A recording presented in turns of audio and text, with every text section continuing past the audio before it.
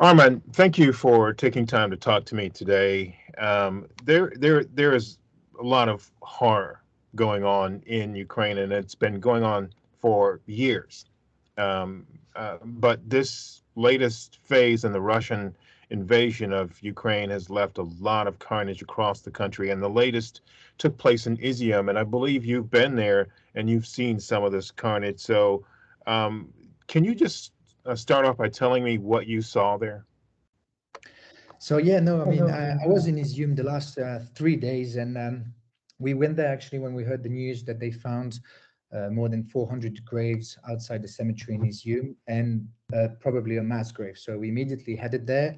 It was a very misty morning. I remember it was 3 days ago, and so of course when we heard the news of more than 400 people uh, being potentially have been killed or executed, we didn't know at the point. So we immediately headed there to the misty woods of outside the cemetery of Izyum. And once there, I mean, there was only AFP, then Reuters, the photographer, and Radio Free Europe journalist there very early in the morning, because that day was the day that the Ukrainian authorities also organized a press tour that would only arrive in the afternoon. So we went there in the morning, sort of fresh, and I mean, it was a bit of a shock, because I mean, you have to imagine this, which usually should be potentially very beautiful forest, and all of a sudden all these cross starting to appear from nowhere in the mist in that morning. And so cross after cross, and anonymous cross for most of them actually, with only figures written on them. And all of a sudden we see some forensic police,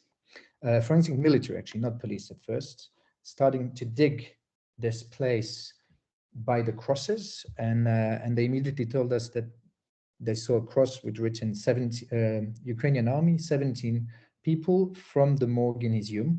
And so they were starting to dig these bodies out. So these were probably soldiers, Ukrainian soldiers that were moved from the morgue into this mass grave. So they were in black body bags. And um, and then on the side, we saw all the demining teams arriving as well to sort of check if there were any booby traps or unexploded devices around the crosses. We saw some of the graves were not anonymous. We saw some people actually flourish them. We saw some graves with names, but we saw, I mean, dozens and dozens. And we'll learn later only that there will be around 440, 445.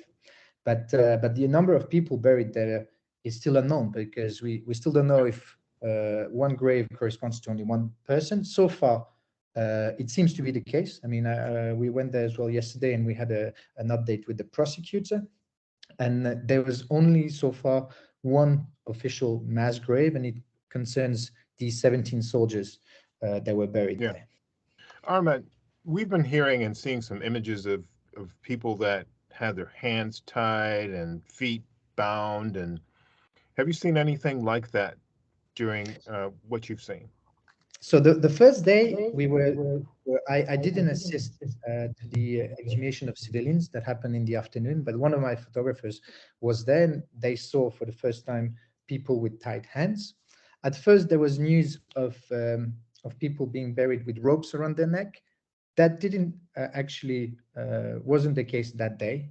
So I remember Reuters had retracted, but yesterday we've done again a little trip to Izyum to speak to the prosecutor, because it's, of course, there's a lot of legal people out there, and we wanted to for them to give us at least a little update, because a lot of things have been written, and it's very complicated to report on this, because words have sort of meaning, because like a lot of people or media might have rushed into conclusions saying it's one mass grave of 440 people. So that's, for example, not exactly the case. So there's only one mass grave, I repeat, of 17 people, soldiers, and then a lot of civilians. And regarding these civilians, yes, there were people who were tied with tied hands.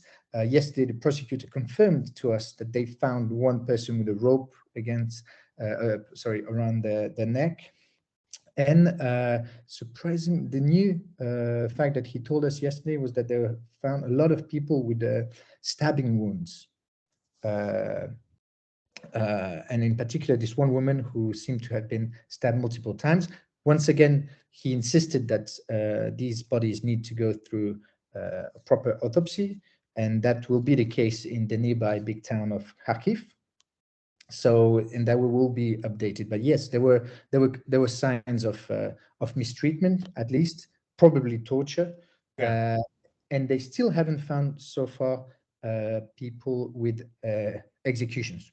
yeah, They said they're not looking for them, they don't hope for them, but they think there might be several ones. And one last thing, yesterday, by my eyes, I saw actually the exhumation of a former soldier who fought back in 2014, and he was hands tied in front and not at the back like the other person. So we have at least two people with tied hands, and he had his pants lowered. So, of course, obviously, we don't know the conditions of how everything happened, but yes, there seems to have happened some pretty nasty things. have you ever seen anything like this before? This is the first war I'm reporting on, and I'm originally from Bosnia. I'm from Sarajevo, so we've seen some very, how to say, obscene.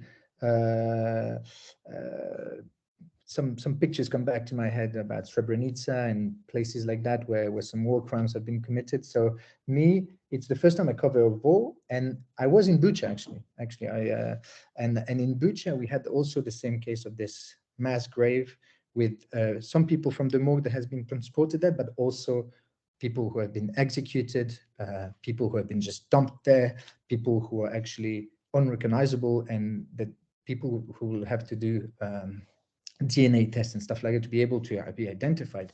So no, it's the first time that I cover a war, and it's the first time I actually discovered all these atrocities. Yeah. So we've been hearing as well about these torture centers. I've seen some photographs too. Have you seen any of those, and where are they, and what do they look like? So yeah, no, there've been a lot of talks about torture these days, and obviously yesterday we returned to Izyum, and we heard about this police station of Izyum, one of the police station, where apparently some torture had happened in the basement. So we wandered a little bit around.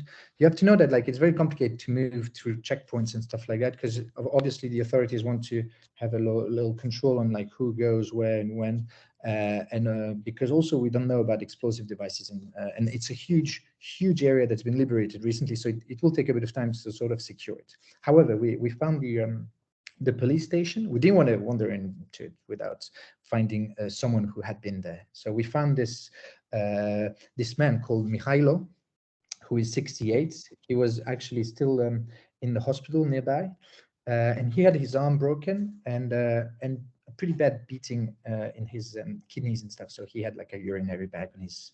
So he wasn't like he was not in the best shape possible, and so. But he gladly accepted to come with us to the police station to show us and tell us the story of his story. So we got to this abandoned police station where there was still some Russian inscriptions, because you need to know like that the Russian administration stayed in Izyum for from April 1st to all the way recently. So actually they already installed the administration, and they started actually, how to say, taking hold. So we getting to that police station. He takes us in the second lower floor, and he recognizes his cell where he was staying with. He told us at first with four other people, then six, then eight, and he lost the counts. He said that he was beaten, that he was hearing a lot of screams coming around, that he was going on for 24/7, that he wasn't actually being tortured in the room itself, but there was a little room on the floor just above where they were beating him with a metal bar on his arm until they broke it. So we're talking about a man who's 68, and apparently what the Russian authorities had against him was that they thought that he had given the coordinates of one of the schools where Ukrainian Russian forces were stationed that got bombed Yeah. it was in March or April. So that was his crime, Yeah. and so yeah, no, he said that he heard a lot of shouting, a lot of screams. There were women, men, that there was a lot of coming and going. And we also saw like marks on the wall. We saw like a proper calendar of marks on the wall indicating the days for Yeah. the prisoners to keep track. He spoke about electric batons. He spoke about beating with the metal bar. He spoke about electricity. Yeah. So a lot of services have happened, seem to have happened in the that dungeons under this police station museum. Yeah. So, a couple more things very quickly. How are the people of Izyum reacting now that all of this has been discovered? Because clearly they knew this was happening, but they were under occupation. They couldn't, get out. They couldn't connect. So, how are the people in that area now doing? You need to know, I mean, it's a really complicated area and it's a very complicated city as Izyum because we're very close to Russia. So there's a big Russian influence. People are Russophones. There's a big amount of people who had left with the Russians. They had people actually first who left with the Ukrainians when the Russians arrived. So there's all these people who were pro-Ukrainians who left. Those who didn't leave but were still pro-Ukrainians were then tortured or beaten, or at some point also you need to understand there's no gas, there's no electricity, there's no food. So at some point some people had started accepting the humanitarian aid given by the Russian forces, and so these people now who stayed actually during the occupation are considered as collaborators, and actually now there's a bit of a reversal of the role. So it's a very tense situation for everyone because if you had, for example, I remember the first day when we saw Izyum, there's this big square, the main square of the town in Izyum, and you have the town hall, which is totally burned down. There's the hospital, so it's a huge square. And we saw something quite crazy. People just, because they just got liberated, these people have spent for most like 4 months almost like completely in their houses without going out because there was the military curfew. And so these people coming out in this square, seeing their neighbors, seeing their friends, seeing who's gone, who's not gone, and actually started arguing all the time. It was a special moment because, and we were like trying to understand what was going on, and we immediately saw that some people were not happy that some people were accepting humanitarian aid. Of course, some people collaborated even more. They were giving coordinates of Ukrainian forces and stuff like. So there was really big arguments, and they were all waiting for the mayor who wouldn't show his face because at the beginning of the conflict he said those who do not leave the city, those who stay under the Russian occupation, are traitors. So there was a lot of things going on at that square. It was almost seeing Yeah. some, I don't know, almost democracy in a way, because people were shouting and arguing, Yeah. and these arguments between these old ladies, these old men, and the arguments were like, oh, you accepted Russian food ration. You sold Ukraine for ration, for example. Those were the attacks. There were people were shouting to each other. There were people also who have friends or neighbors who disappeared. I met a woman who hasn't seen her husband since the beginning, for example. Those are like the bad stories, unfortunately, Yeah. that also happen. Yeah. But also they discovered a lot of their neighbors have left as well back to not back, sorry, but went with the Russians. Yeah. They retreated together because they were scared as well of the consequences now that the Ukrainians are holding the city Yeah. again. It's a very sad, complex situation there. Very last thing, just briefly, you have any thoughts that you want to add that I haven't asked you about that you think are important? Hmm. So no, we touched upon the torture. We touched. I mean, the real complication is this information war that is going on, of course, between the two parties, and it's very difficult for us here reporting to know what is true, what is not true, and it's very difficult because I don't know, the whirlpool of news wants to go too fast sometimes, and sometimes we even, how to say, short-circuited by people in the West, let's say, for example, who thinks they know something or they've read something on the social media and things like that. The situation is still very tense. I mean, for example, I'm based in Kramatorsk right now. So I'm not too far from those places. I'm like 70 kilometers and stuff like that. But we still, for example, experience a lot of bombing. So like there's this, I guess, wishful thinking that the Ukrainian counteroffensive has been so effective and has been so, how to say, astonishing. It's true. However, the war continues and it continues big time.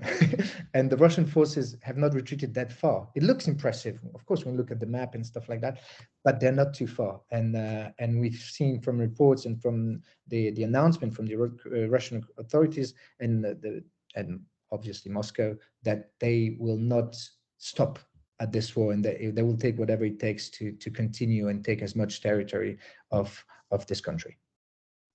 Armin, thank you so much, and please stay safe. Thank you very much for having me.